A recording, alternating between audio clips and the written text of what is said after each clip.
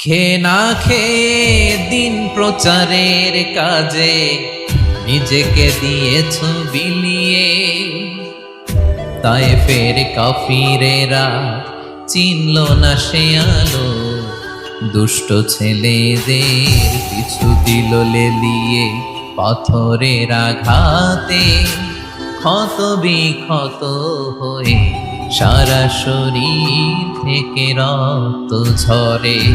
হে রাসূল তোমাকে ভুলি আমি কেমন করে, হে রাসূল তোমাকে ভুলি আমি কেমন করে।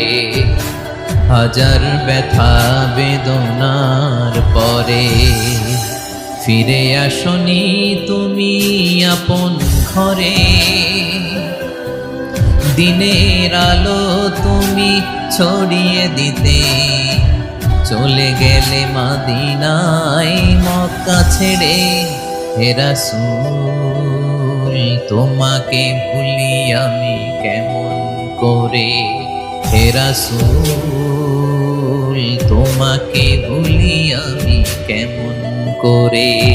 ঠিক কিনা বলেন? একটা রাত শান্তির ঘুম তিনি দিতে পারেন নাই।